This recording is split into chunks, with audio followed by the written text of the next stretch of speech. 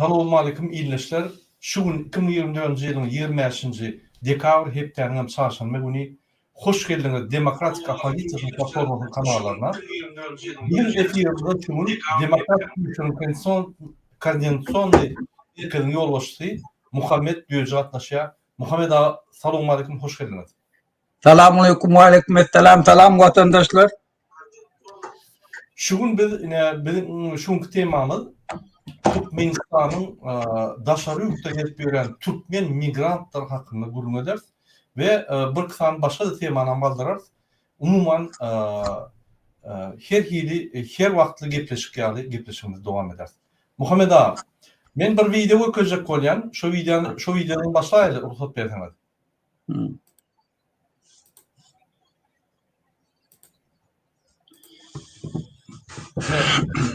Hormatly vatandaşlar, şu video ilgili otaň biz ýylyna diskussiýasyny ederiz. Salam hormatly dinleýijiler. Men jurnalist Dowlet Murat Ýasypov.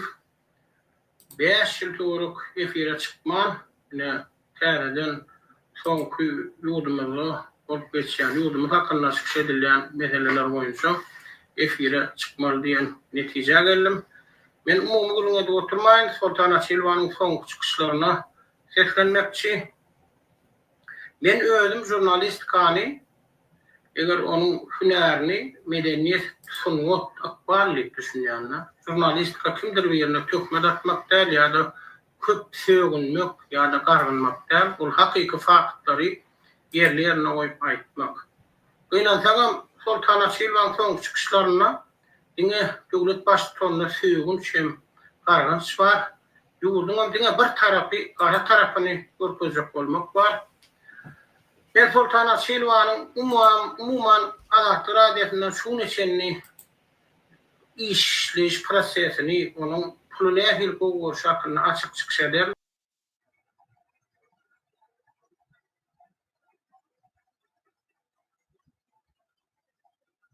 Ses gelenak burada. Gargawam çykyş etjekdigini bilýän. Dinleýän? Taw gelýär. Men diňe faktlary ortaýan goý dinleýijiler özü kimiň haky, kimiň nähägi aýtdygyny bilsin. Şu çykyşymyň esasy maksady näme diýilende men döwlet ýolbaşçysynyň siýasaty bilen alalaşman bolar. Döwlet ýolbaşçysyna söýmek, gargynç etmek bol ne kanuny, ne dini tarapdan aklanýan bir zat däl. Özüm ýene bir aýtjak şular ýaly gargynçy, şular ýaly söýgünçi, özüm publika, bütün dünya ýaýratmak niýeti bilen Amerikanyň Birleşik Ştatlarynyň prezidentine ýa Ýewropadaky ösen döwletleriň prezidentine, premier ministrine, birinji adamyna aýdyp görýän niýeden açarlar, oňa düşündirsem gerek dälmi diýenler. Ni onuň gargynçy beýle özüne dursun, hatda ýurdun problemi hakynda da elbetde hormatly dinleýijiler, men ýurtda problema ýok diýjek bolam. Problemasyz ýurdum ýok. Ýöne eger sen probleman aýdan bolsaň, şo problemaň çözümini de aýtmaly. Mysal üçin Sultan Silwa ýa hakynda, çörek hakynda gurulma etdi. Hawa belli bir döwürde adam faktor bilen ýa mesele boldy. Ýöne her namalarynda näme üçin ýa bardyr? Şo niçin Alman turanlygyny aýdylanar? Ya çörek hakynda da şeýle. Hani 50 ýeter magadynlarda ona ma çörek bolmaz.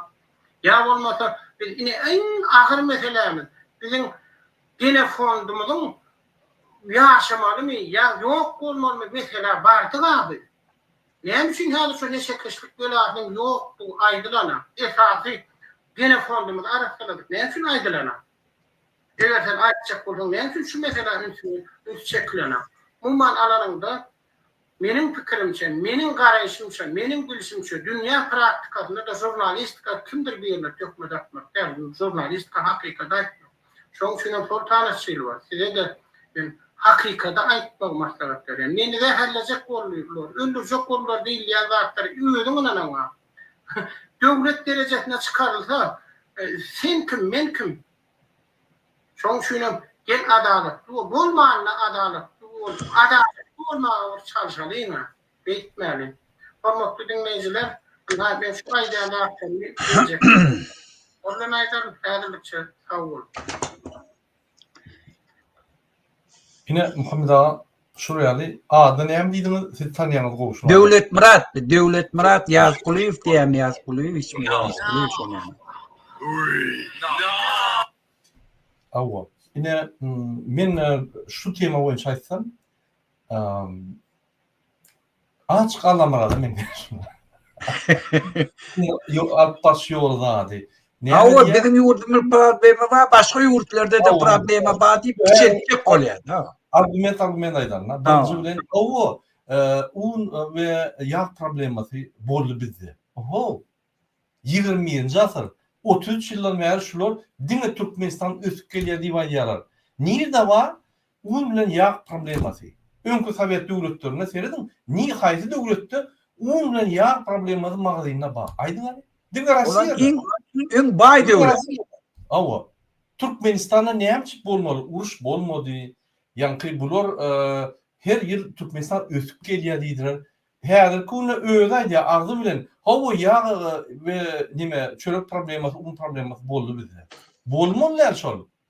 Rezerwny fond bolmaly, produktowy rezerwny fond bolmaly, stabilizasyonly fond ýa-ni 100 milliarda goly pul durmaly Türkmenistanda. Şoňa derrew alyp ýa-ni Türkmenistanyň halkyna el ýeterli produktları bermeli. Han şol atdyr. 33 ýyllar näme urly? Arkadaş şäher, Türkmenbaş şäher, bunyň ýa-ni şekilleri, bunyň nemesi zat ýok. Ol ýegenler 9 milliardlap pul gazandylar. Öýler milliarder boldular. Halk boldy şol $100 getýär. Ol bir. Ikinji, hemme döwletlerde problema bul bir MHM metodikasy. Hemme döwletlerde problema bar, ýöne çörek un problemasy ýokda. Hemme döwletlerde. Hawa Mercedes'te de problema bar, ýöne sen Mercedes bilen de Mercedes ýa gül ýalýar ýa. Onda da problem var. Şu maşinada da problem var. Yönü onlar başka problemalar. Vaktına yağın çalışmalı, vaktına nem etmeli. Yönü bizim kıyalı, bizde ne Mercedes var, ne çörek var, ne yağ var.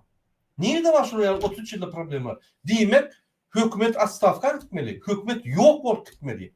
Serdar Berdimuhamedov kartinkasını ayırmalı. Türkmenistan dolanıp bilen adam gelmeli. Türkmen halkını halk için işlemeli. Gurban Berdimuhamedov milli öýdýän tohumyň we MHM bilen polisin arkada bolmalylar, halkyň arkada bolmaly. Ýa-ni bolmy? Ikinji, hani sen şular aýdyp gör, seni ýanky agzyny ýumýarlar. Oho, aýdyp gör, aňarda dursun, Sarkozy basyldy. Häzir nimede otur? Ýanky aýanalar nime ýürüt zymjyr gezdirdiler, eger şol partiýadan çykdy 3 ýyllyk gidýär türme. 1 ýyllyk kontrolny häzir goýdular. Macron'u el satmana barana bir şartlık veriyor. Gerek olsa vururlar Macron korkuyor. Köçe çıkıdan ok. O ne eli? Zat deyip ok. Macron deyilen zatlar berde eşiteniz gen görürsünüz. Ne el Macron şunu çıdı ya deyip.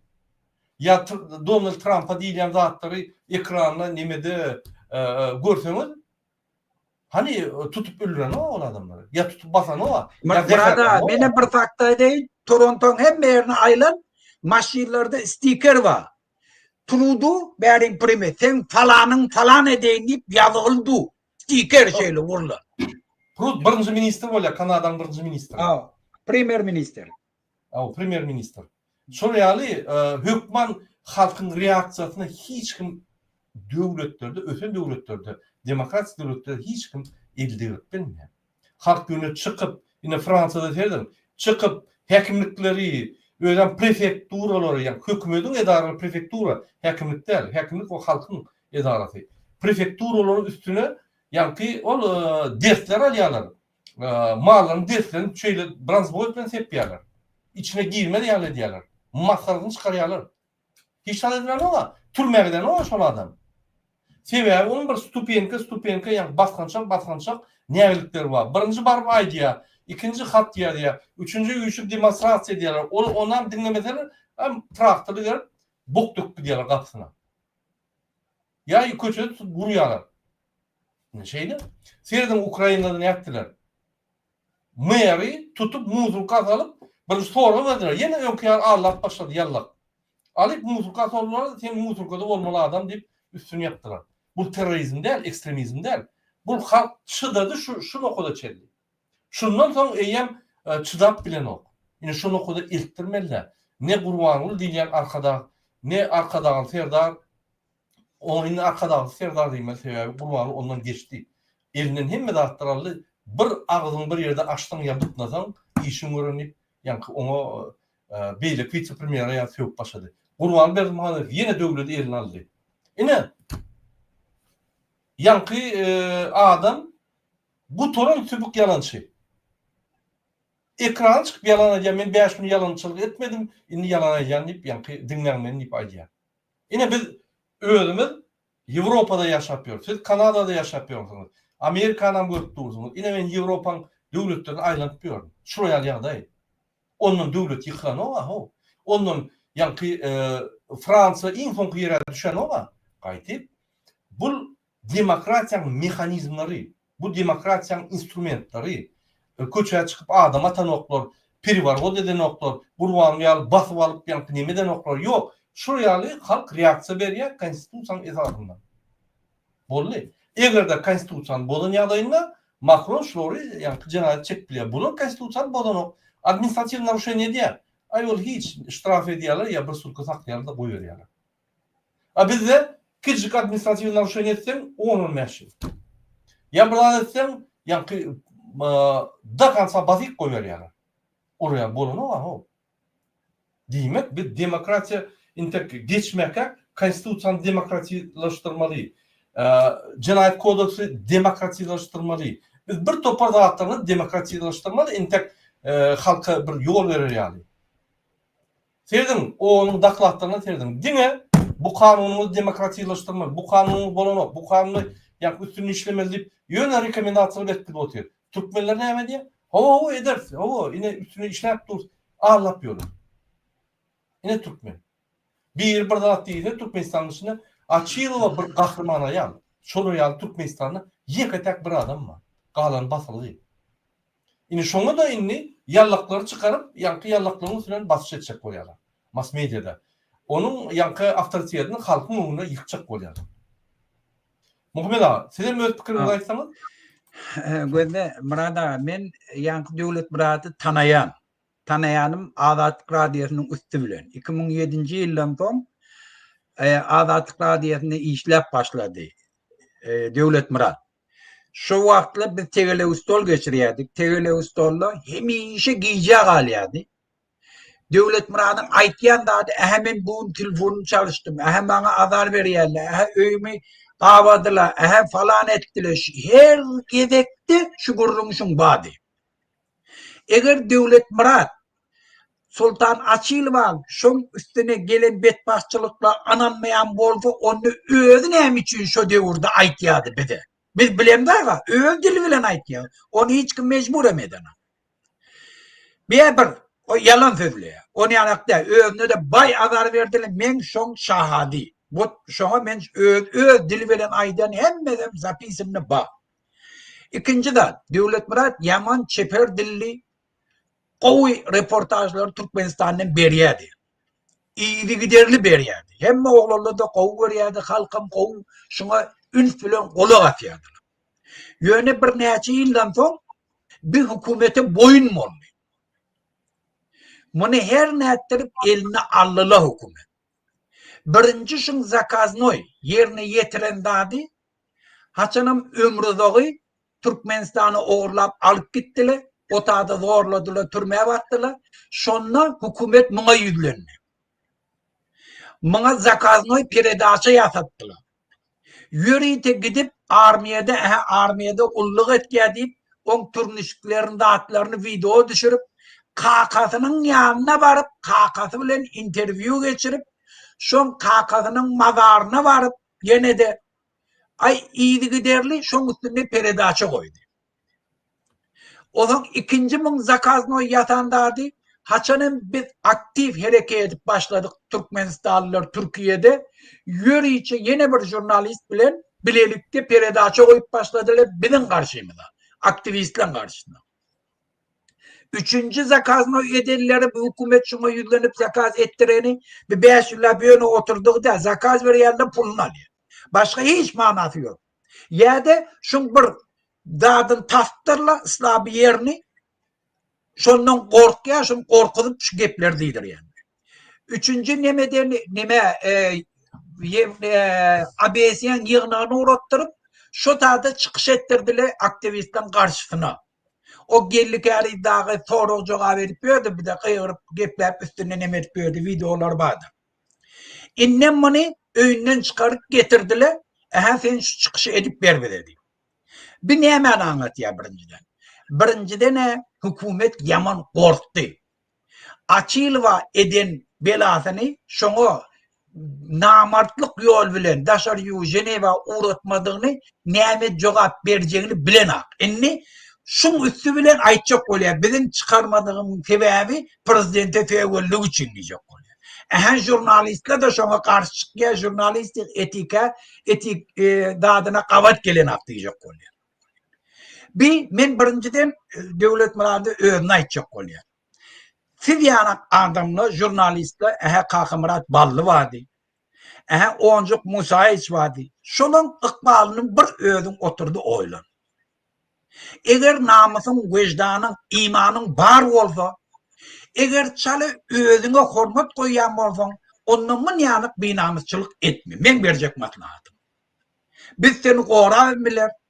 Yekem de senin bir Türkmen halkının öne çıkan adamlarının biri.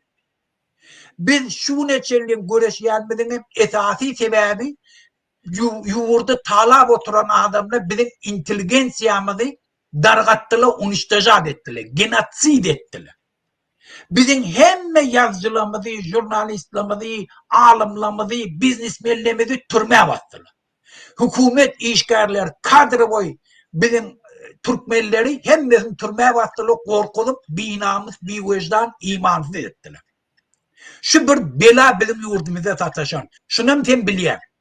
Şunun için eğer Türkmenistan'da avatlık bolon olsaydı, eğer Türkmen devleti yurdun talamayan bolsaydı, eğer kanunçuluğa boyun bolon bolsaydı, eğer dünyadaki bar borçnamalarına boyun bolon bolsaydı, Sivyanak adamlar da öz hakiki ornunu tapardı, öz halkının yurdun befine de işler. Bir men aytacak olayan adım şol için ıkbalını bir haramzada bağlama, ola gider. Betbak bolacağım sen. Ola Suriye'nin yağdığı şu ormunun içindeki bolan var. Şu Başar Asad'ı öğüyen jurnalistler nerede şu var? Han bir yerini tapşalım. Hemmesinin ıkbal bellidir. Senin ıkbalın şov olur. Hadir özü Başar Asad'ın Moskva kaçıp giden o Türkiye gazetleri yazıyordu. Ortiyette netil kaçacaklarını bilen aklı. Ayalı razgoda verdi. Hiç olmanın ayalını şu yurttan çıkaracak oluyor. Hiç yana gidip bilene, öğünden çıkaran aklı, hiç kime interview verip bilen aklı, siyaset bilen zanimatsı etmeli, pullarına hem bezin elinden aklı. Sizin hem geleceğiniz şu. İnni, Sultan Açilva sevgiye diye. Sultan Açilva doğru. Umum aydanda hava sevmek hiç etika kavat gelene. Yöne Huday Teala adam döredenine şuna kahar kadap diyen adam yani bilen dörediptir. O adamın emosyası bir ervet adamı layık gelmeyen zatları edenine şuna kahar kadabını çıkarmak için şu zatlar hayırlanıyor. İsle adam hayırlanıyor. Sultan Açilva haçanım şu işe başlarına yönirdim başlarına. Fevip başlarına. Hasan'ım şu belalar şuna getirenden sonra cıda bilene. O emosiya, onu hiç kim kontrol edip bilmiyor. Şunun için sen eğer jurnalist olsan, ol ayalı, sen fevdin deyip günahkarlayacak olma. Sen şu belanı şunun başına getiren adamlara haramzade deyince sen hem fev. Eğer adam olsan, eğer imanlı, vicdanlı olsan, sebebi olan eline fılasma. Ola çözüp biliyor şunu. Şolara sev, hey haramzadalar. Bir ayalı cahini yıkıp maşgalarını işten nemedip azar verip yöneliniz. Şunu bet edin diye. Ne için bir adam dışarı yurda gitmeyine putlu puzurluk edip göğe verecek kabul yanı diye. Eğer jurnalist olsan, eğer bir grajdan olsan Türkmen, eğer imanlı vicdanlı olsan. Ondan geliyor diye men niye dışarı yurtta eğer diye her kim prezidentin karşısında geplediler, ha o özünüz biliyor. Yok, onu yanıktı. Daşary ýurdun islenlik demokratik döwletde. Sen hemme hakukyňa aýtmagy birinjidir. Son kahar gadamın çıkarmana, son emosiyadan çıkarına barday tapuk var. Şu akşam Amerikan içinde Biden'e değilmeyen de atıyor. Toronto'da Trudeau'nun karşısında değilmeyen de atıyor. Hani bir yerde tutuldu diye dahi. Cevapka birinciden hemme mekanizm olun önünde. Olu meseleğini çözmeli. Halkı şu dereceye getirmeli. Halkı sen bir dereceye getirsen olun hemme edebilir. Şol hak berilen şu. Hudaý taraftan hem berilen, cemiyetçilik tarafından hem berilen. Onu hiç kim kontrol edip. Şol için adam hukuklar deklarasiyasının bütün dünya kol çeken şuna adamların islerini kanaatlandırmalı. Eğer şunu etmesen adam kahır kadaptı oluyor. Şol için eğer sen jurnalist bolsan onunla gelle Berdi Muhammed'e haramzadalar. Yurdu talamandı. Kanunçılığa boyun bolun.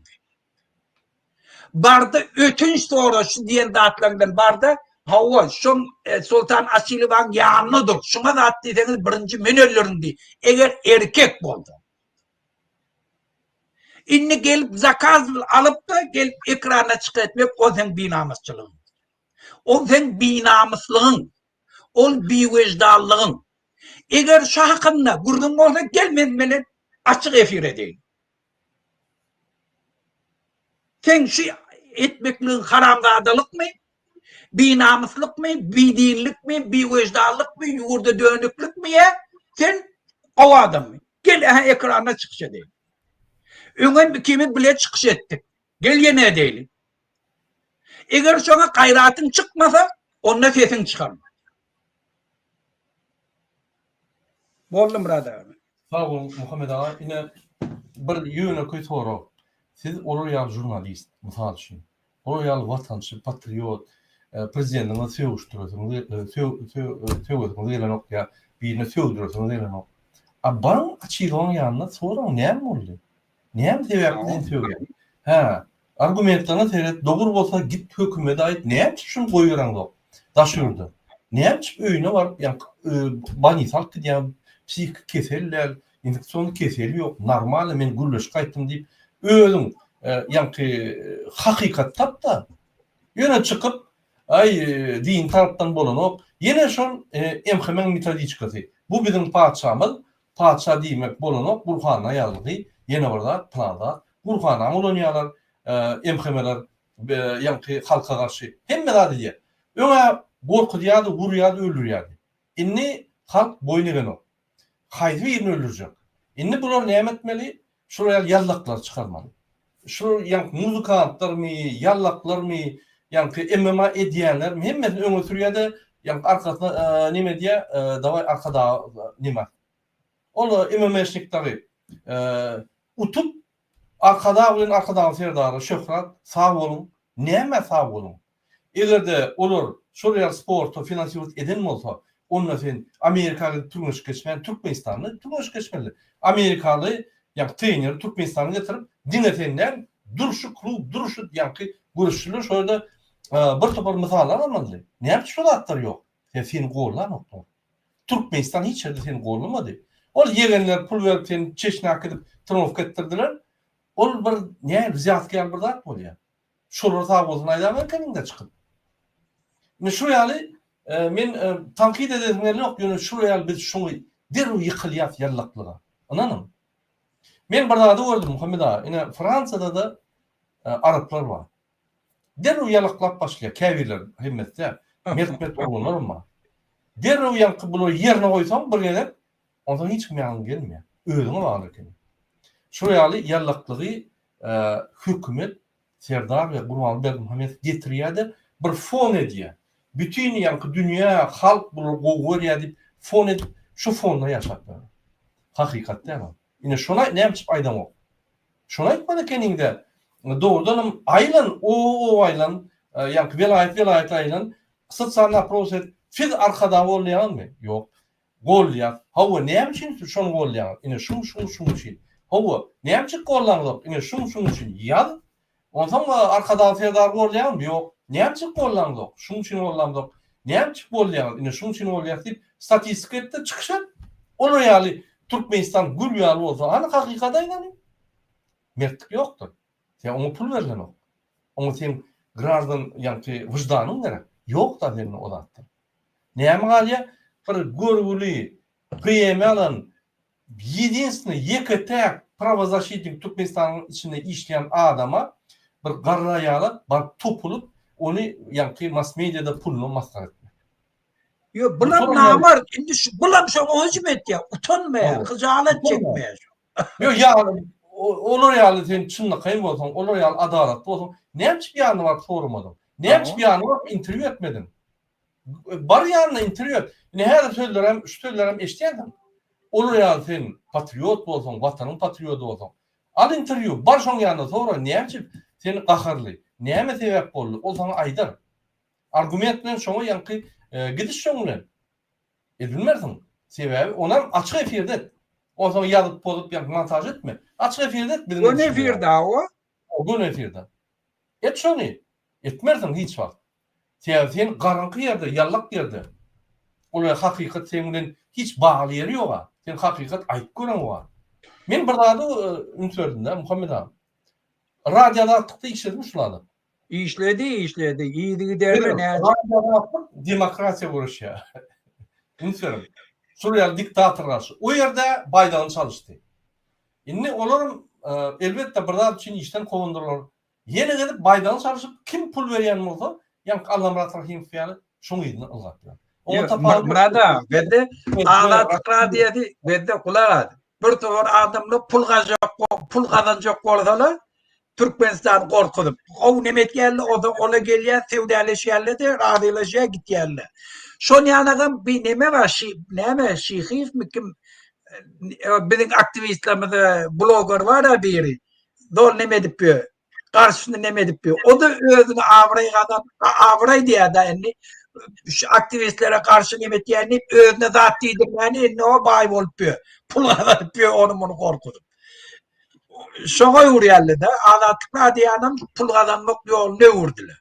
Şonda biraz işläp ondan hökümetten pul alıp eger nemetmeden çykyş ederim diýip korkudup pul alıp ýörler da.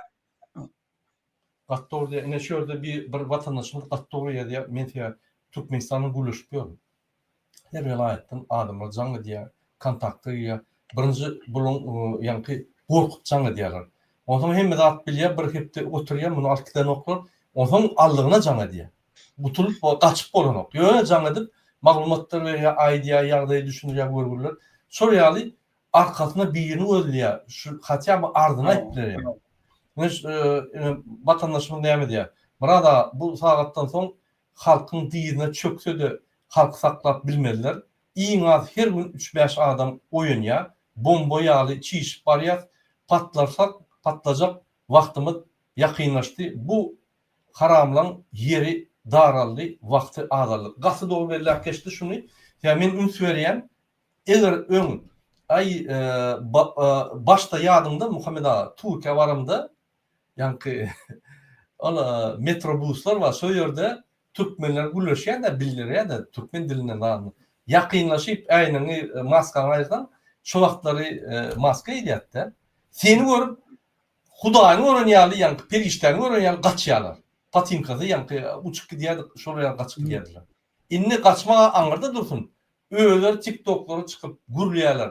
Türkmenistanyň içinden bir de ardylarına ýagar. Öýleri. Inni saklap bolmaýar.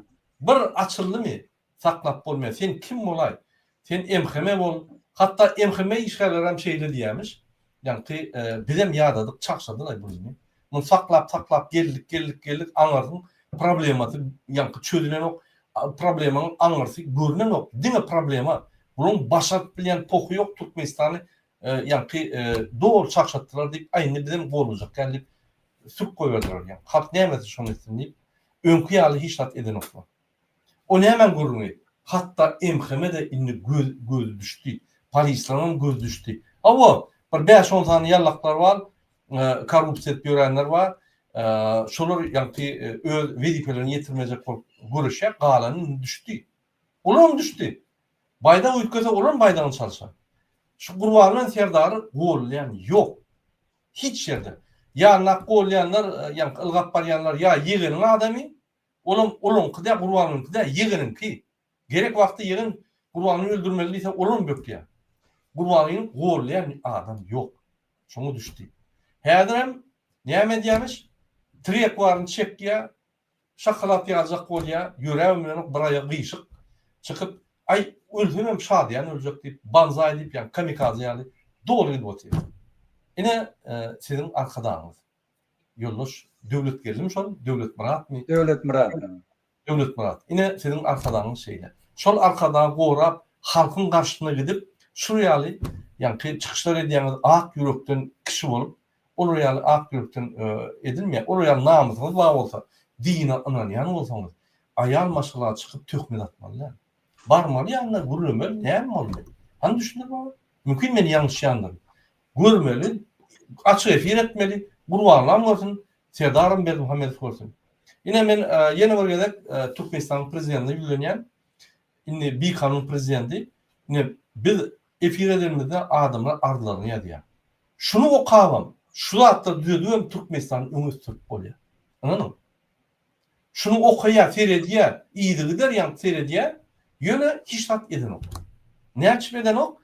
Dine halkary gurumlar batışlar et başlady edýär. Bilen oňa ýazýar halkary gurumlar. Hatlaryny ugradýar.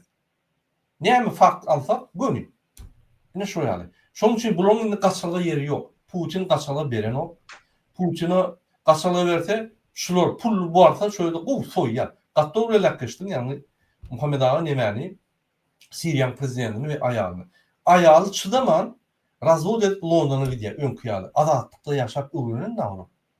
Ol ýaly türmede ýaly Yanukoviç ýaly aragy çyýyp gidip ýören oklar. Bular bir näme bolsa-da musulmanrak, ýani sivilizasiýany gören, adatlykda ýaşak gören, demokratiýanyň gymmatlyklaryny dadyk gören, ulanyk gören. Şoň üçin oraya diktator döwletlerge gizlenip ýörmek. Islen o. Nimen Başar Asad'ın hiç il vazmonusy ýok. Şoň üçin aýaly, şoň üçin aýryşyp, şundan daşlaşaýyn diýip, adat bolaýyn diýip, dar aýryşýan, maşgalany da ýykdýar. Ine. Şoň üçin şu ýaly döwlet Murat, men bir daha da geň görýän şu ýallaklar. Görüp durar dinamika, dine ýa-ni näme etdiýär. Gurbanly bilen Serdaryň ýykylmagyny etdi. Öýlem ulu adamlar bilen gidip dur, dinamika. Şoň biz barýar, istemezek barýar. Bular näderler, men geň görýän näderler? Hiç il mümkinçilik yok.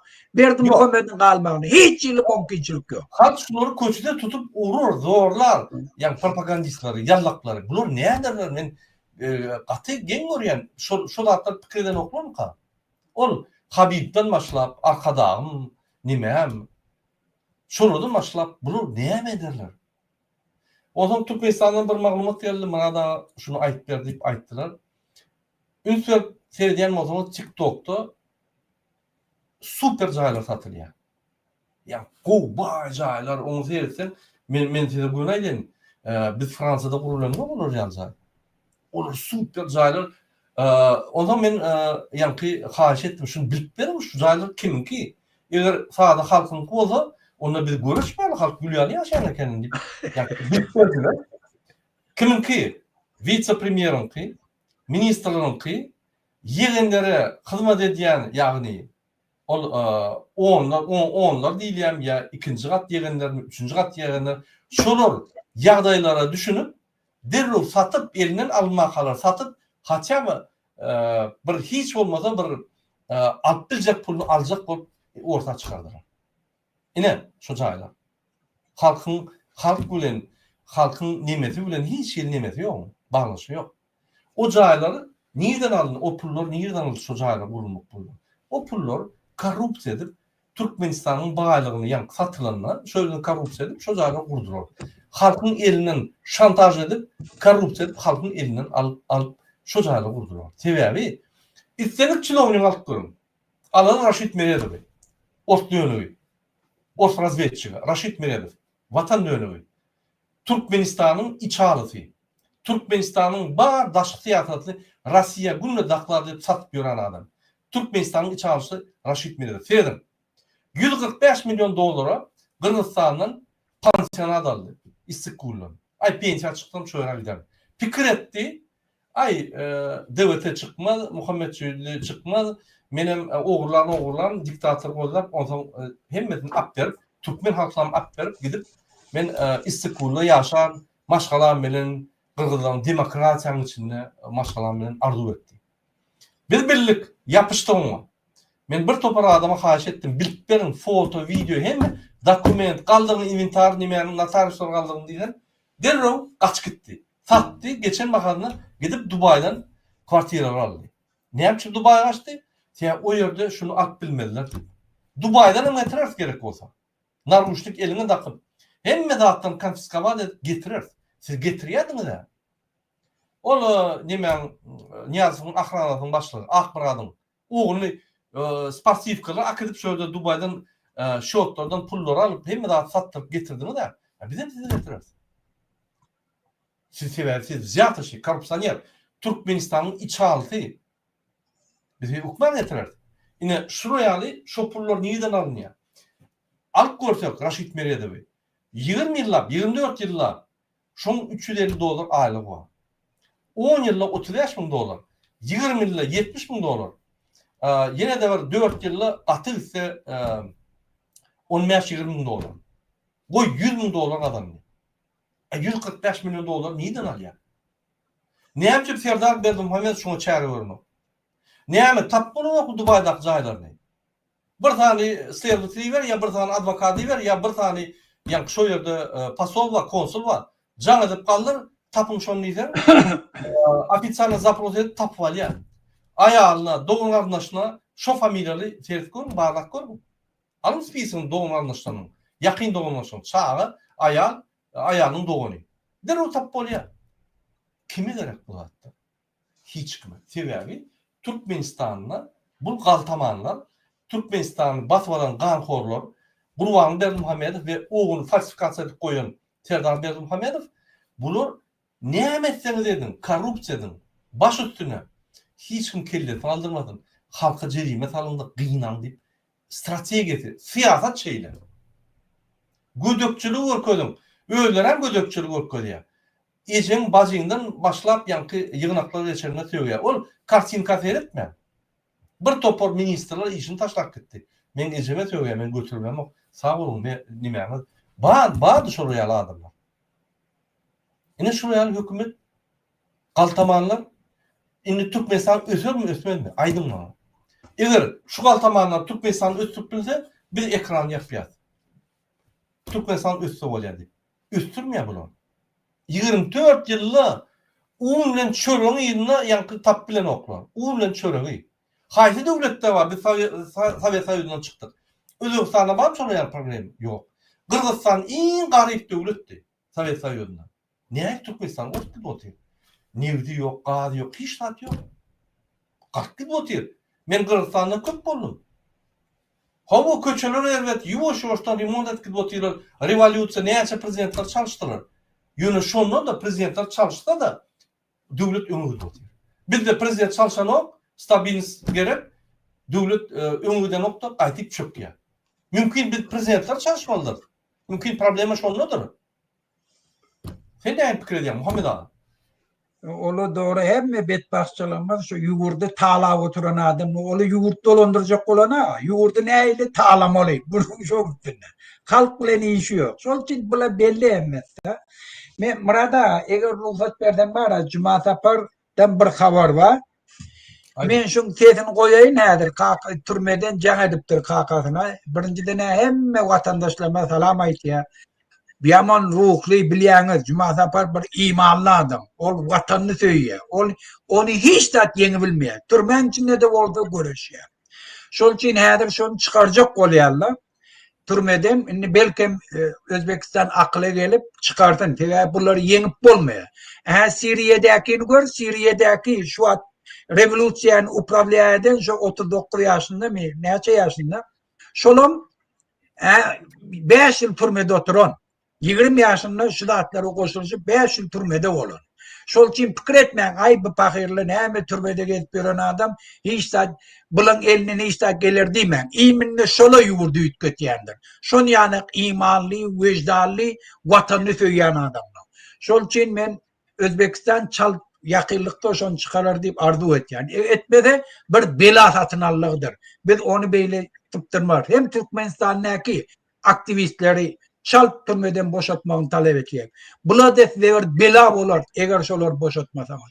Fikir etmeyin ola beyleki narkotik eyle beyle veren ya önkü sizin binamız bir vecdan ministerlerine bir yanak sesini çıkarmanı oturalım kali. On yanakta aktivistlerin hemmesi korkusunu dövüp vatanını söyüp akılına gelip şu yurdu men azad etmeli, şu yurdu men töymelip öne çıkan adamlar. Oları siz yeni bilmersiniz. Eğer ben Cuma Sapar'ın bir sesini eştireyim.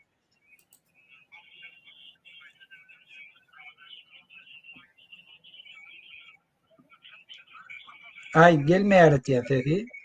Sen bana iwet bilýän WhatsApp'tan men goýaýyn. Hani şeyle ne değil iyi verir mi endişedir? Şu sesi şu bilmeyenin ne elli Cuma Sapar.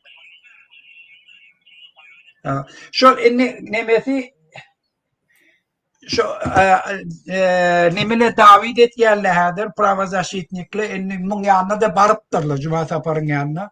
Belki manı göreli yakıylıkta boşamar mukaman göreli arzu edecek. Hükmeyle boşadırlar. Gidecek yeri yok. Olu kendisini kaldırıp gelirler.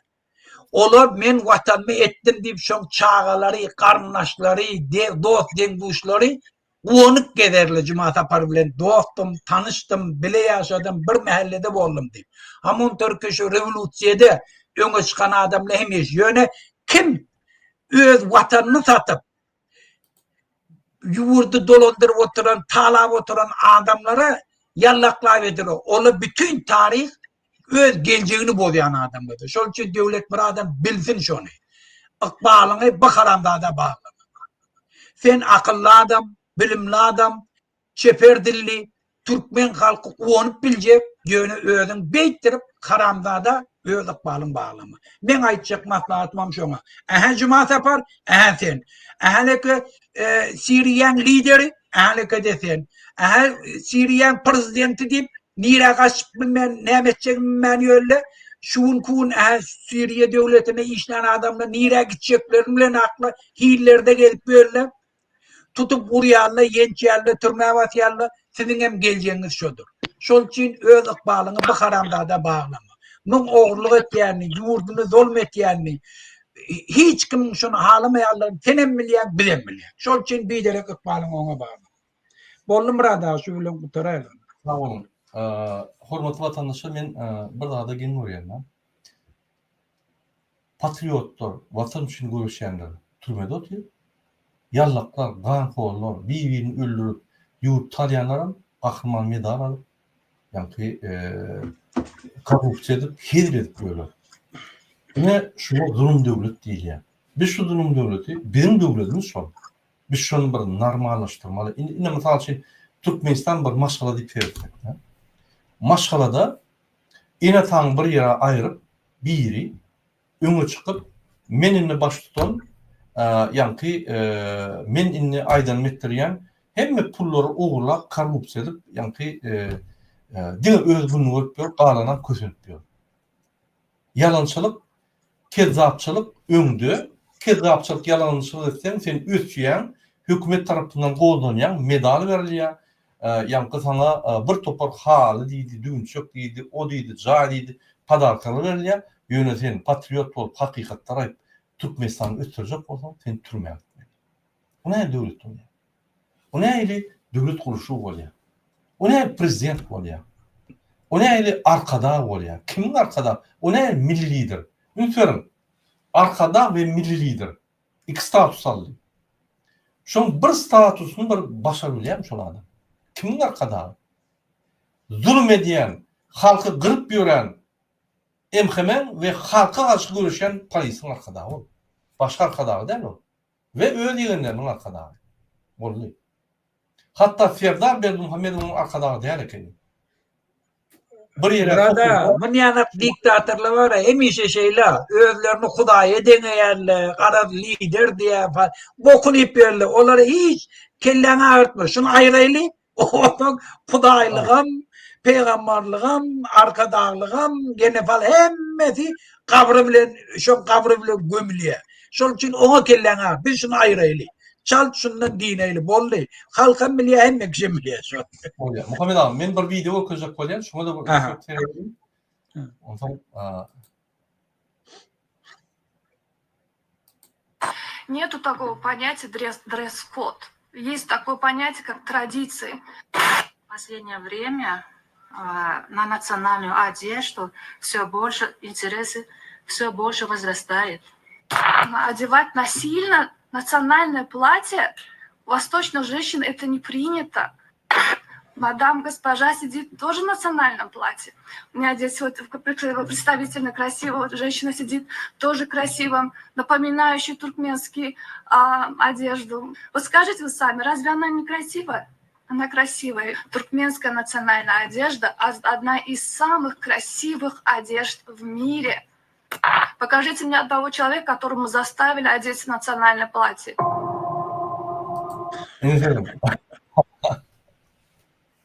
Hay Allah zaten. Наши женщины любят свою одежду. Это наша национальная одежда. Мы вообще их не заставляем. Я знаю, откуда какие сведения идут, я понимаю, но опять-таки нужно говорить по существу, что есть на самом деле. Когда вы задаете вопросы, пожалуйста, задавайте вопросы по существу, а не где-то что-то услышали или кто-то что-то сказал. Ellerine dert, ellerine. Muhammed abi, ellerine dert şu. Сказал. Dert, ellerine dert. Ama Diýmek o ýerde dirijordur. Ellerini şeýle saklan. Beýdiň zat ip üstüne gyýyp duran biri bar. Bolmasa bu ýaly pozisiýada oturmaly hem-de. Signal gelýär, el çapma. Hemmet çapma. ay haramadalar yalan sözler boldy ya. Biderek kurdum ben. Скажу, мы не гонимся за статистикой. Her näetdir nemet jok bol, düşündiriş berjek bolýarlar da.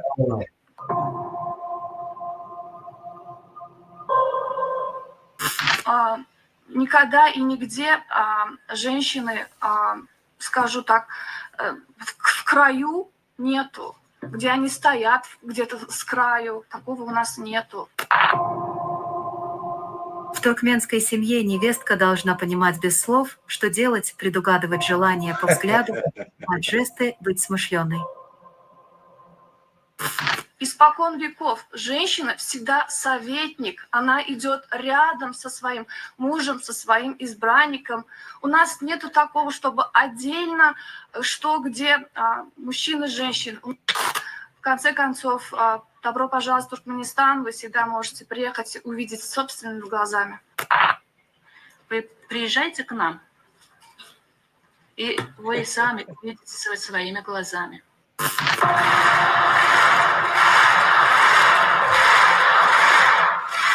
Senin Muhammed abi, şu doğumlar dedin, şu adamlar inkubatordan çıkan ýaly, yani ak sakallı yaşlılar. Men ak sakallı yaşlı diýemde özüm utanýanym täze, doğruýma den vatandaşlar bagşlaýarlar. Inkubatordan çıkan ýaly geýýär.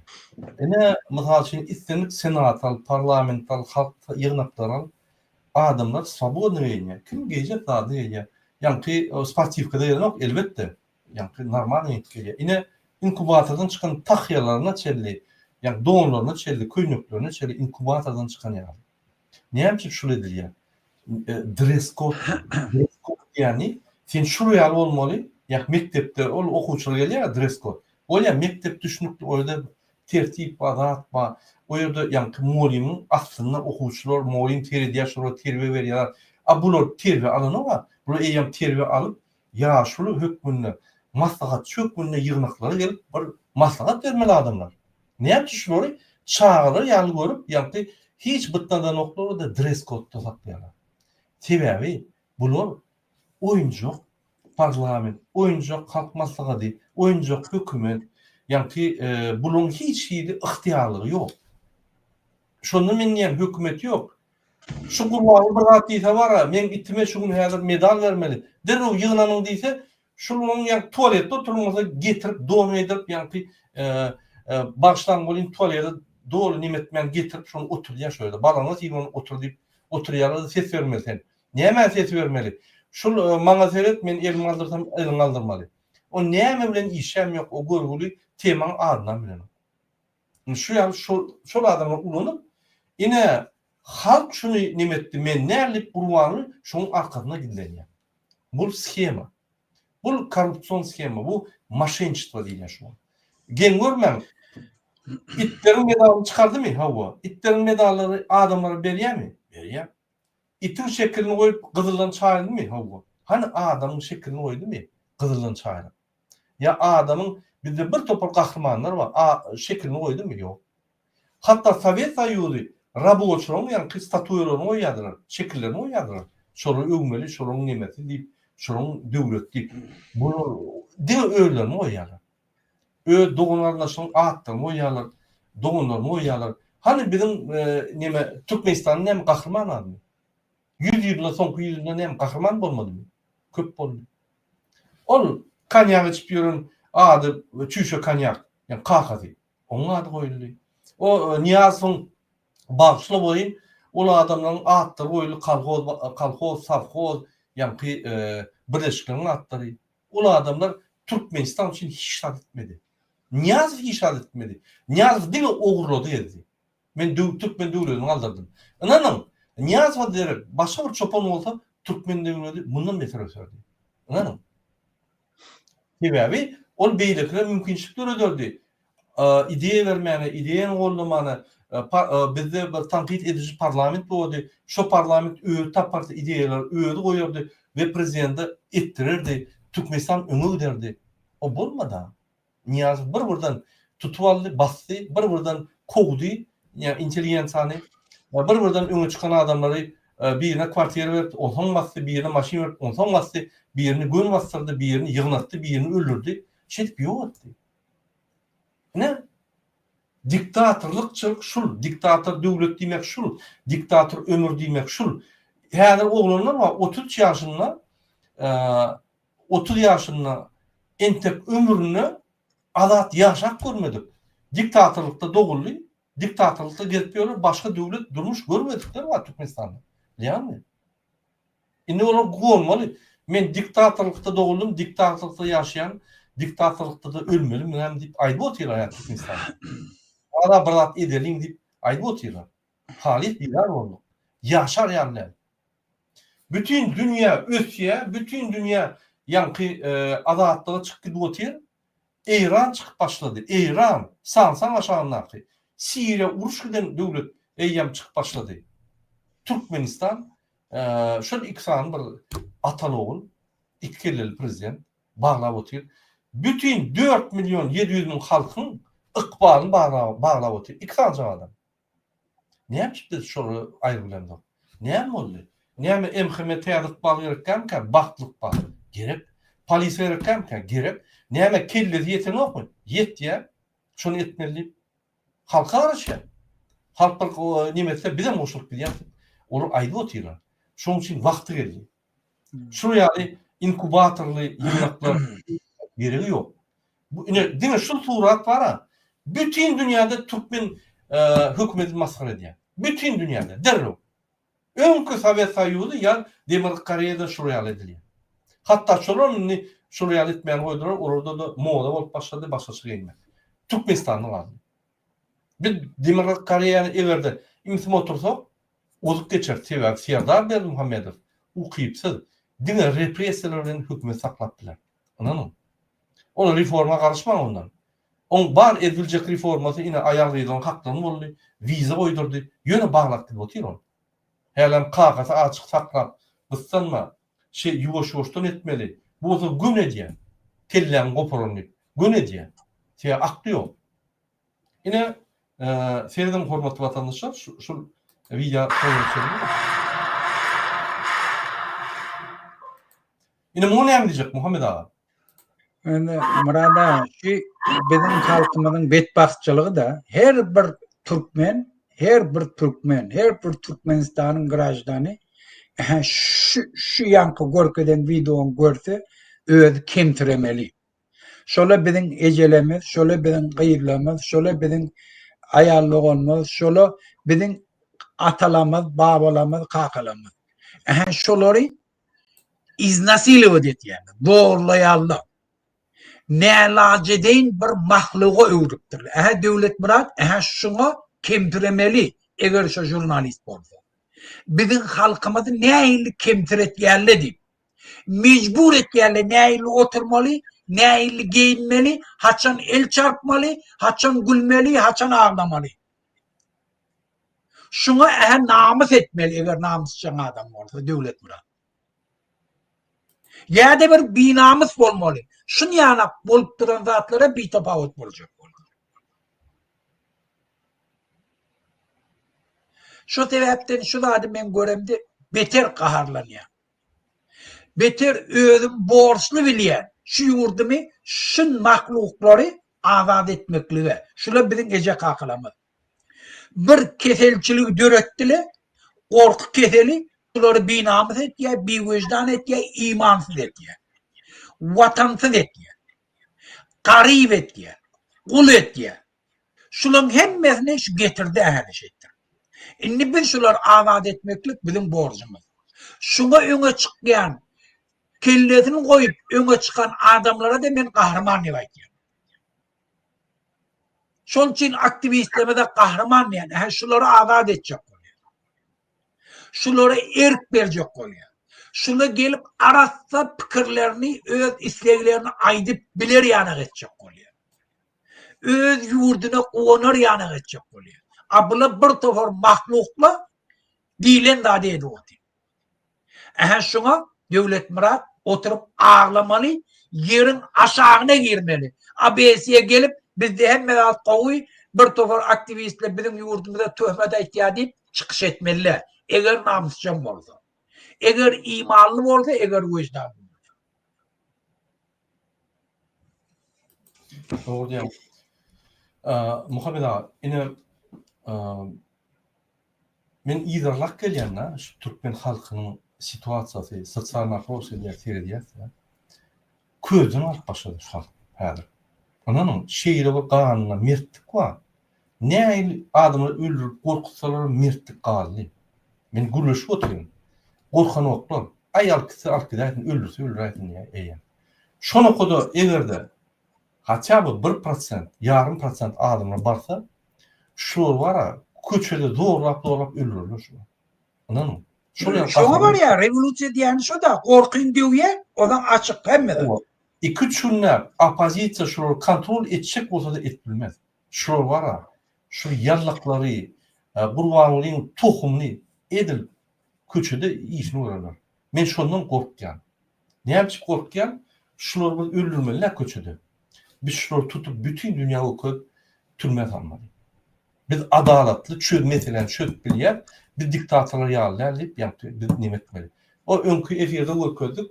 Türmen başlygyny näme sürüdürür? Köçede sürüp, maslagyny sürüp görkezdir bütün dünýä. Şulara dagy ýa-ni bir ýakçada berip ýetişmez, şu gırarlar köçede. Şol ýaly halkyň gahyry gelýär. Serdar bolýanlar daýmış o. Awa, siz inni ünsörmeli halkyň ýagdaýyna. Ünsörmeseniz öňkü metodlar ýören o. Inni halky saklap bolmaýar. Sizin emheme polis işlerini yetmiyor. Şonu 2 ederek duble etseniz hem yetmiyor. Mümkün ne? Muhammed abi biz esas temamda yenelim. Esas temamı Türkmenistan'ın daşınlatı, Türkmen minnatının yağdayı. Yine men şu gün bir kısana adamla buluştum, yağdayla bildim. Dine Türkiye'de dokumentli yöne soğuk için ya da Türkmenistan'da onun meşhurunun odal çık giden biopasportu yok, biometrik pasportu yok. Önkü pasport var, hatta daşarı pasportu yok. İçki pasportlu adamlar Türkiye'de, Rusya'da geziyorlar. Onun sahne 20.000'den yok oluyor. Yine men Serdar Berdimuhammed var yani. Hakiki Türkmen halkına kömek edecek mi? Hakiki halka bırdat edecek mi? Birinci yönetim şu borcun. Şunun pasportlarını çalışıyor. Amnistiya değil.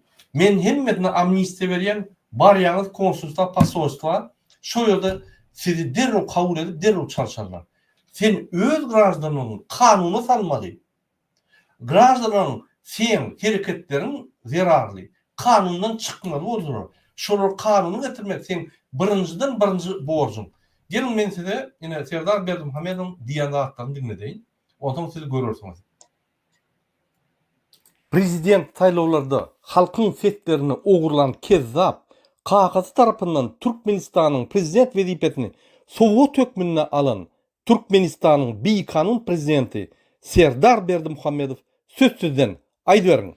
Türkmenistan'ın prezidentinin vazifesine girişmek bilen öz üstüme yüklenen büyük borçları, mukaddes ve ak yürekli, hormat bilen ve yadavsız yerine yetirmeye, Türkmenistan'ın devlet karasıllığını ve bir taraflık hukuk yağdayını korumaya, adamın ve rayetin hukuklarını ve azatlıklarını hormatlamaya hem de korumaya, Türkmenistan'ın konstitusiyasını berca etmeye ve korumaya, ehli gücümü ve okuyumu, Türkmen halkının ağzı birliğine, onun parahat durmuşunu korumak için bahşetmeye, Türkmenistanların hazırki ve gelecekki nesillerin şöhratını hassa bilente götürmekler için ehli mümkünçülükleri peydalanmaya, Türkmen halkına vefalı ve doğrusul hizmet edecektirmeye davaralı kasam ediyen.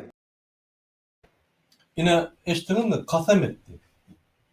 Prezident olacak olsam sen şu dağıtları yani aydan da kasam ediyen konstitusiyon garanti şunun için diye. Yine Ünitverin Muhammed Ağa 100 mindən goğrak adam. Ol bir ulu bir grajdanlar Türkmenistan'ın. Şolar kanunçuğa salmak birinci borcu Türkmenistan'ın prezidenti.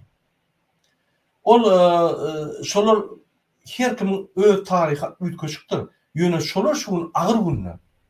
Şonun problemlerini çözmek birinci borcu Türkmenistan'ın prezidentinin. Näçe? Sebebi ol öz grajdanlar korumalı. Pasportları çalışmak administratif iş. Yani administrativni bir problemacık şonu çözen o. Öz halkına. Ondan sizin geleceğinizi çözermiş adam. Yani kazan için adam. Ben şunun adını aytmam utan şunun adını. Prezident demeye maskara şunu. Kimin prezidenti şunu? Şunu adamın pasportunu çalışmıyor. Yine ben Türkmenistan'ın migrantların Türkiye'deki yadayına edeyim. Pasportlarını soğuk geçen görgüler köne pasportta yetmiyorlar. İnne olar işlemek için hada Türkmen halkı bir 5 manat kazanmak için daşırda gidip işlemek için пригласительный almalı. Приглашениянam edil iş приглашениyaсын almalı. Eğer de sen turist приглашениya barsan sen hükman qaytmalı işlep bilen o. Sen işlemelisin eyyem sen yani bir kanunçulukta yetmiyorsun. Nelegalni işleyen, nalog tölemek, patronun tölemek. Sen nelegali koşup bir devletin yani nelegalını yukarı sürüyor. Mecbur oluyor Türkmen halkı şunu. Eğer de köyüne pasportlu olsan sen vapşe nelegal. Hem şöyle borçun nelegal. Şöyle birinin önüne giyeceğin yat işleşin nelegal. Sen şöyle hatta alyan ailinin nelegal oluyor. Şol görgüller ne Türkmenistan'ı biliyor, ne çağlarını ortluyor. Ne de şu yerde bir açık dövüşte açıp azat devlette yaşap biliyor. Yine prezidentin birinci işi şunu etmek. 100 mindən yukarı şol adamlar Rusya'da, Türkiye'de, beylik devletlerde, Varşava'da can edip pasolları, 3 tane pasolla can etmek. Yani ki selektor et biliyor, WhatsApp'ta açık görüş biliyor. Türkiye'nin pasolları, Nemen pasolları, Varşava'nın ve Rusya'nın pasollarının görüş biliyor. Men size üçün sorok veriyen pasportlar çalışın deyip. Etmedi. Halkın prezidentler. Halk için hiç rahat et gören o. Şunu adam sizin problemlerini çözen o. Çözmedi. Yine de opozisiya şuları tutsak edip hükümete gelip sizin problemlerini çözmese başka varyant yok. Yine men şuna diyen. Şunun için bu Türkmenistan prezidenti değil. Bunu prezidenti katap etmeliler. Hiçbir halkın, hiçbir grajdanın problematını 2,5 millet çözüp gören o. Ağzak gören o. Çözmeye anırda dursun. Ağzak gören o.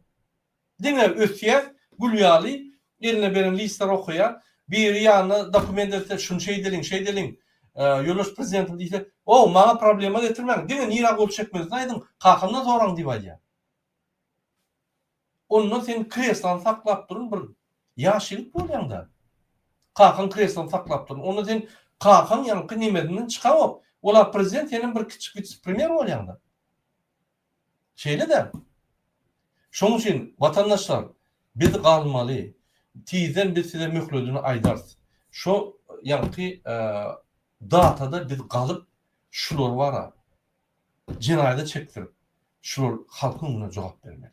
Ve bütün dünya bu kurulan bütün dünya cemiyeti buna cevap vermeli. Ne yapışı bütün dünyanın ağırlap Türkmen halkını edip gelir. Yine Muhammed abi sen ne diyecek şu tema? Yine migrantların ýagdaýy. Men dine bir tip migrantlar aýdýan.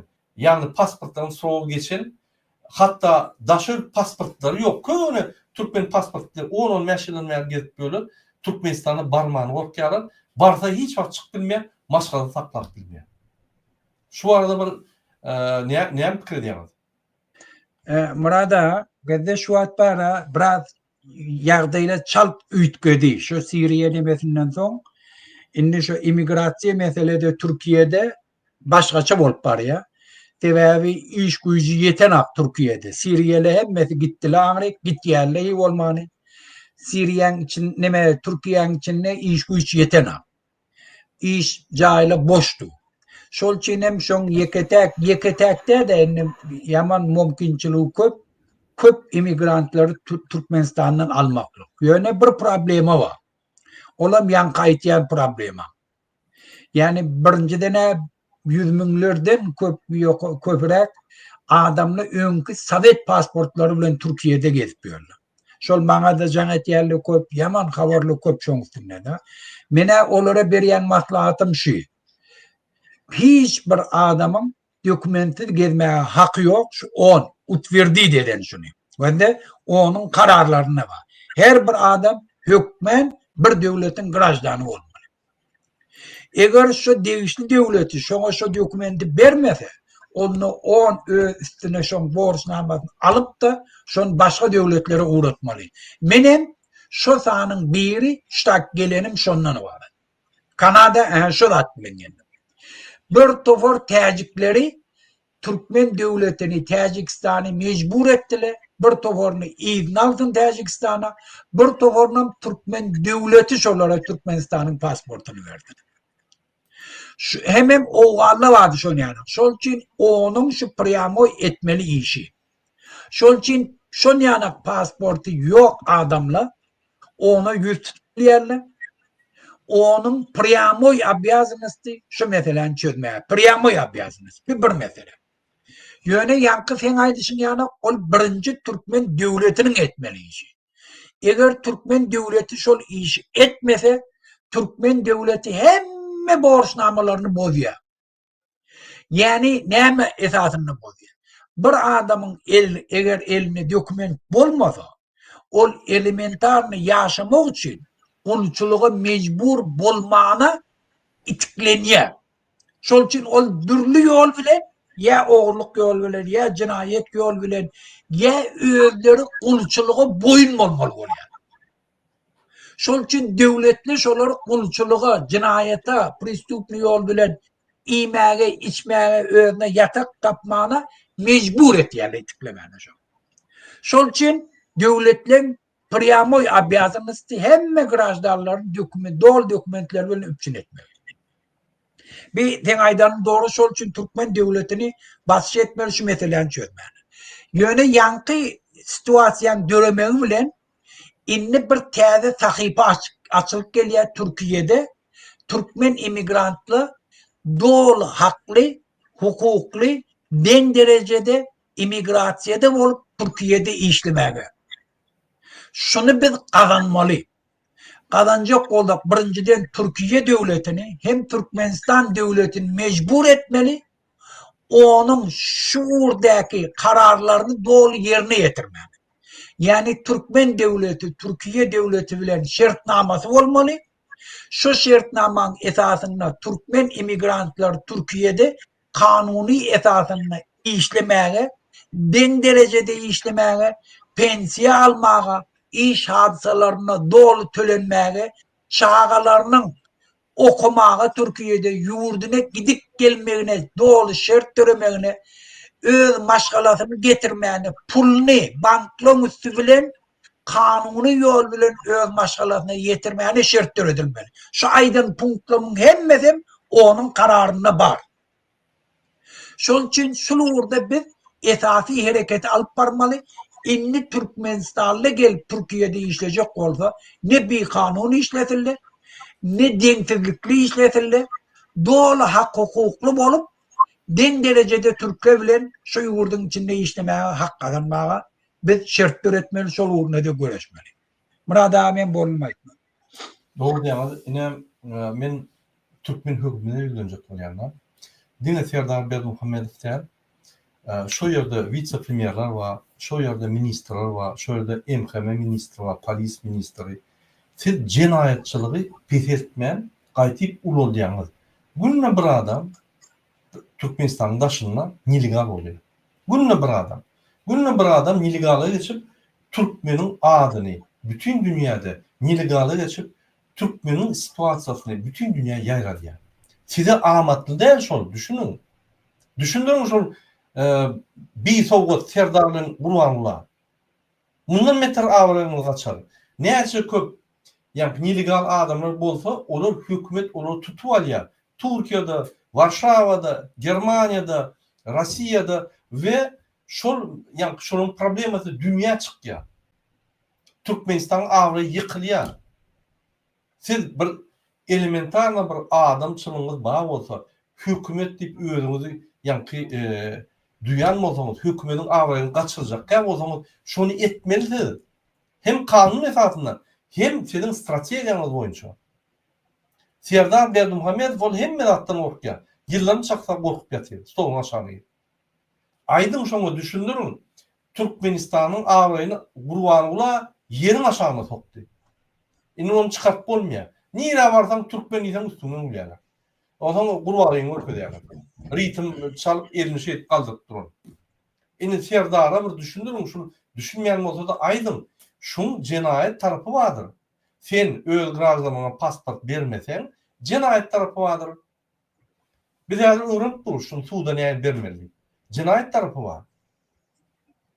Türkmenlerin pasportları taşınmalı daşarı yurtta. Türkmenistanların hakları bozulmalı daşarı yurtta. Birinci prezidentin günahı şunu. Ki pasolunun günahı yani konsulun günahı olur yani ki ihtiyarsız adamlar. Raşid Meredov ve Türkmenistan prezidenti. Günahın yani günahkarları. Yine şunun için şu sizin işlerinde cinayet işleyip girer şu statyalar. Yine mesela yatlı diyen. Siz kanun bozuyanlar. Özlem kanun bozup adamları ağır güne, nillegal güne sokuyanlar. Eğer şu adam normal gelip gören olsa, adatlıkta gelip gören olsa, demokratik devlette ya da bir devlette gelip gören olsa, eğer ki şunun pasportun soğuğu tutursa, şol adamı şu gün siz in ağır yağdaya sokuyanlar. Görgüle işinden işlep bilen o. Kaçıp yürümer bolya, nillegal işlemer bolya, onu kösep başlayarlar, ağlap başlayarlar. Siz şunu kömek etmeyen, ağır güne sadece sokuyanlar. Şunu bileyen şol atları. Şunun için biz kapüstü bilen şu devletlere yüzlenir.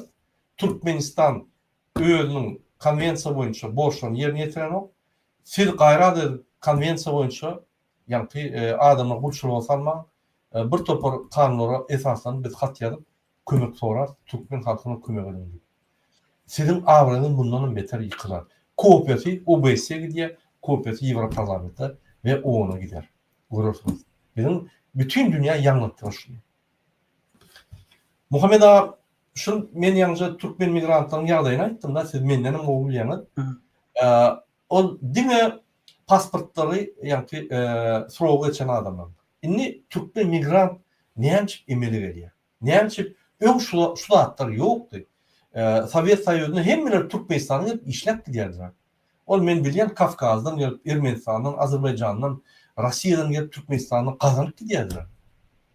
33 yıllar men şu aydışım yalı $100 aylık ütkümedi. Yegenler milyarder olup gitti. O Şam'ı hacı diyenlerin hepsinin eline 9 milyar pul var. Burvan'ın milyarder oldu. Serdar milyarder oldu. Niyaz milyarder boldy. Niyaz'ın gyzy ine Ýewropada milyarder boldy. A Türkmen halky şo $100 etmiyor.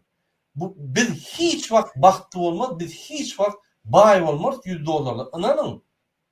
Birinji reforma aýlyklar galdyrmaly. Birinji reforma minimal aýlyk $400 bolmaly.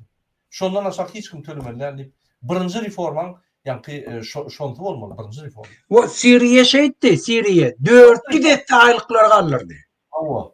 Şol ýa birinji reforma bolmaly. Bular reforma edermi? Bular maksady iki kurs saklap bütün dünyada sen $100 alýan bolsaň $700 alýan aýlyk ine Türkmenistan bagtly ýaşaýar inkubatordan çykan ýaşullara inkubatordan çykan daýdalara görkezip ol ýallaklary meňe çykaryp el çarpyşyp ben prezidentime diýip ine bütün dünýäni allap. Ananyň diňe gurbanyň serdar däl. Şol inkubatordan çykan ýaşularyň günäsi bar. Şol inkubatordan çykan daýdalaryň günäsi bar.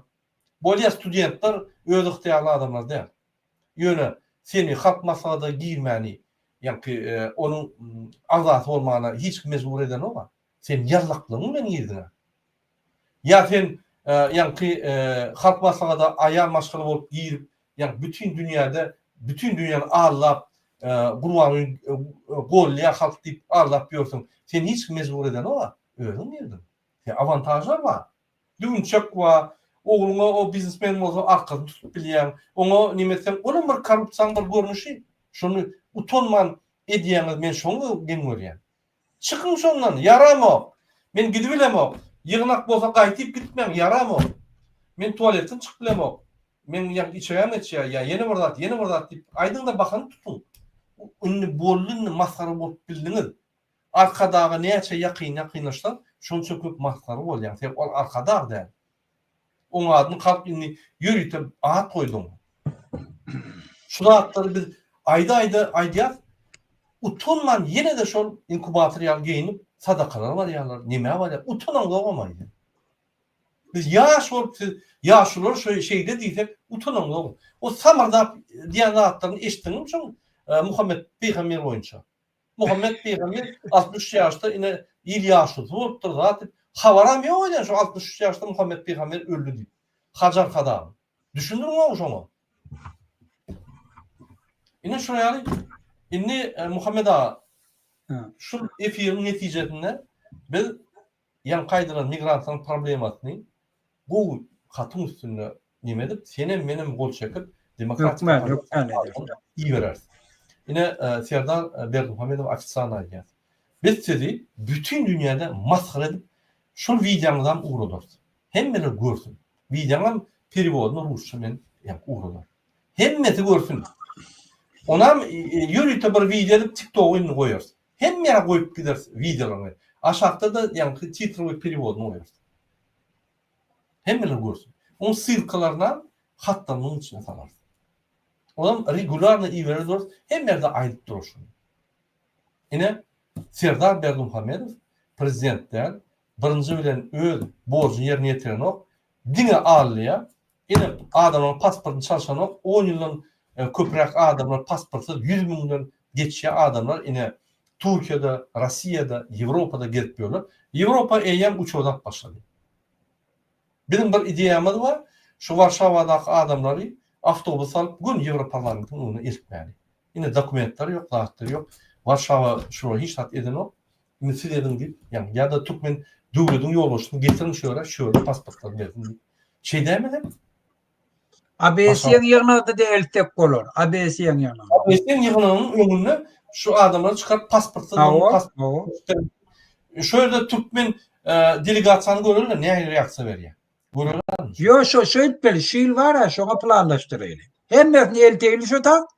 Aha bizim pasport näme etýär, hani? Ay bular utanç bir hayalar, hökümeti işleyenler, yallaklar, bunun yüz padoşlar, yüzüne tüy koyuyor süpürüp yani senin diskusyon geçirip. Yo, indi ola var ya, yüzün padoş etmeye pul oğurlayarlar. Yöne Türkmenli biraz aktif olmalı, ola hemmek şeyini alına pul oğurlayar. Biz ne mi? Yitiriyek resimizi çıkarmanı. Kurdumuz ellenmeriyek, özümüz kulçuluğa mecbur oluyek. Çağalamız közeniyek, geleceğimiz koyuyek, karlılığımız koyuyek. Biz yitiriyem. Olay hedil edip aydım bir. Anlayandan biliyor, hem mekşen biliyor. Şunun için biz sesimizi çıkarmalı. Vurun şun üstüne. Doğru. Muhammed abi, inni efir tamamladı. Şunun Doğru için. mu? Hem aytacaklarınız olsa aydılarınız. Doğru. Men aytacak bolýanym bir iň soňunda şu wagt vatandaşla yaman ýagdaýla çal tiýasy ütgeşikli regionuna barýar. Dünýä inni İran bilen gutarjak bolýar. İran şu nemeden öňce bir ýyl mundan öňce bütün dünýä İranyň gorkýady. Sebäbi İranyň Hezbollah'y bardy, Libanna uly armiýa 150 min 200 min raketady bardy. Ondan soň Heşt Şäbiti bardy. Husitleri vardı, Hamas'ı vardı. İnne şulan hemme Suriye vardı, Suriye devlet İran polnusda kontrol etiydi. İran şu an şulan hemmesinden dinli. İran'ın hükümeti inni öz yurdun dolandırıp bilena. Nefte, gazda bay devlet öz yurdunu gaz bilen üpçün edip bilena. Benzin bilen üpçün edip bilena. İran'ın täze saylanan diyen prezidenti atstavka gidecek bolýar. Men diyenim bolanak, men hiç edip bilemek, işgärleriň aýlygyny töläp bilemek. Dollaryň kursu günme-gün galýar katastrofiçki. Yurdun içinde enerji günde näçe saatlap kesilýär. Mektepler şu wagt okuwlary yapdylar, institutlary yapdylar. Näme üçin? Enerjileri ýokdy. Şol üçin İran'ın hükümeti ören korkka dünyada İran bilen meselesini çözecek oluyor. Yani bir dediğin ne? İran'ın halkı öz şu tadaki diktatörden diniye. Bunun göz gönü Türkmenistan'ın içine tesirini koyuyor. Suriye'deki bolup geçen üç köşkle, regiondaki üç köşkle, şu regiondaki kartani, siyasi kartan dolu üç kötüye. Şunun bir de bir ulu mümkünçilik, bir de öz diktat, şu valnada öz yurdumu talak oturandan dinmakla. Şuna da dünyada karışya, hem kömek vermeye de karışya, Berdi Muhammed'im hiç de edip bilmeye, sebebi ona minne arkadağı yok Putin. Putin'in dünyada absolutna siyasi gücü yok. Bayan ne gücüm şu bolmadığı için Suriye'nin ispasat edip bilmedi. Yoksa Putin hemme kartasını koydu Suriye. Suriye'de näçe tane bayanını bazı koydu. Näçe min tane saldatını koydu. Hemme yaraqlarını getirip koydu. Yani şu tarihde näçe min tane motosikletli, eline Klashinkov'lu adamlardan kaçıp gitmeli oldu. Pazorla kaçıp gitmeli oldu. Yeke maşinler geçenle halk yüzüne tükürdüler, videolar vardı. Şol için Putin'e hiç kimi diktatörleri korap bilmeye gücüm yok, mümkünçülüğüm yok. Dünya arenasında da Putin siyasi hiçbir devlete vilayet edipler. Şol için en amatlı moment şu atlım bizim öz yurdumuzun azatlığını öz elimiz bilen özümüz adam. Doğru diýen Muhammed ağa, hormatly vatandaşlar. Biz size ne yapacak şu hatta düşünürüz. Maksadımız ne ama? Biz halkımıza halkın gözünü açıp düşündürecek olayız. Dünyada olup geçen hattları. Biz halkımıza düşündürecek olayız. Biz şu royal günümüze münasip değil. Biz bundan doğru yaşamalı. Bu royal gün Türkmen halkından hiç vakit olmadı. Öz vatanını terk edip, kaçıp gidip başka devlette özünü buluşuluğa yankı birine şunu beğenip gören halk bulmadı Türkmenler. Türkmenler bir topa Buluşuluğa radi olup verelim sana. Radi olup görüyor. Yok buluşuluğa giymeyene bak Türkmenini görüyor. Yani bak Türkmenini görüyor. O da bak Türkmenini. Ben Türkmenistan'da buluşuyor. Bana gel Murat pul ver men çıkacak diye. Men çıkacak diye. Şu karda bilsem gidiyen diye. Burvanı ben Serdar Berdi Muhammed ne yapmış vizalar koydular. Halk kaç gider deyip korkuyorlar. Halk kaçta şu halk bütün dünya barıya şöyle öz dokumenti düzeltecek olup araya başlaya ve bütün dünyaya o ne yapmam senin kaçıyorlar. Bu ne senin prezident olan halkın senin kaçıyor. Şunun korkup hiç yere yetiremedin şu yani informasiya yetirilemedin deyip korkuyorlar. Ne şu güne geldi Türkmen. Yöne bir beğendiriciler içindekilerini düşünüp başladı. Hatta MHM polisim düşünüp başladı. İçinde ministerlerini düşünüp başladı. Hem de düşünüp başladı. Nemçik bir çıdamalı 2 saniye bir öňüň ortundan 90-njy ýylda bir sowgat babaraply Türkmenistanyň 4.700.000 halkyny ykbalyny çalyşdy. Bolmaz o ýaly. Bizde edermen adamlar bar. Bizde edermen halk bar.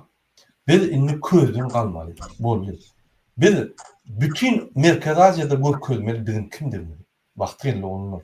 Wagty geldi. Gelinler, yaşlar, yallaklıktan gitmeli. Yallaklık bir maskaraçılık. Şol maskaraçılık sana bir derse bütün tohuma geçki diye.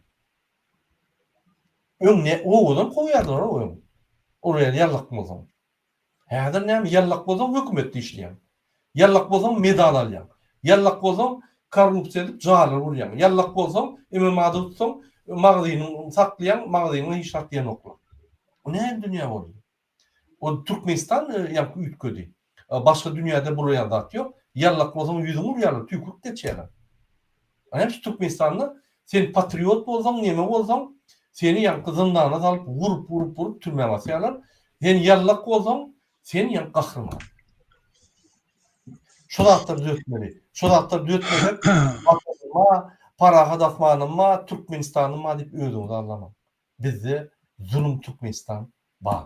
Şu Türkmenistanyň arasynda päki, salihatly adamlary, wyjdanly, namusly, gelin gyzlarymyz, öýlerimiz berk bolmak üçin biz hereket etmeli. Özünden gelmeýär.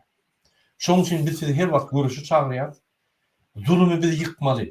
Eýleýärsäň, beýleýärsäň, her kim öz kiçik ädim etmeli. O näil ädim? Videonu paylaş, kommentary ýaz, badyň görköz. Sen bagy şu dünýäde sen sözüň ýüremeli. Şunu ýa aýtmasaň, öňe çykmasaň, mentler saklasa, başlan bolýan, polisler saklasa, hiç zat diýmeseň, howo diýip otursaň, sen eýýem gulçulukda hiç wagt çykmasaň gulçulukdan. Çağan şonu görüp öwrenýär şoňa.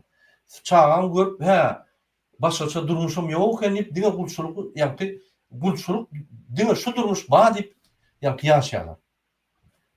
Diktaturda doğulanlar var. Eýem 33 ýaşynda, eýem öýlüm çağıjyklary var. O çağıjyklaryň diktaturda doğulup başga durmuş görmedikleri var. Ananyň. Gürleşende olar bir başga bir planetaň adamlar ýaly. Näme boldy? Ýa granisalar ýapdy. Hiç kim goýberen ok. Telewizionda propaganda, köçelerdäki propaganda. Bizi var. Men bilem ok. Türmede de beýlen oklar. Yine Türkmenistan. Şundan çıkmalı. Ben çağırıyaz ve bir de koşulun, harekete koşulun, koşulmadan özünüz hareketin, koşulacak adamına koşulun, yönü siyetinizi çıkarın. Bekleyin. Gerekin. Muhammed abi, şunu ben onunla efiri utorayla ruhsat verdim. Bolya. Sağ ol Murad ağa. Hoş sağ olun. İndik teşekkür ederim.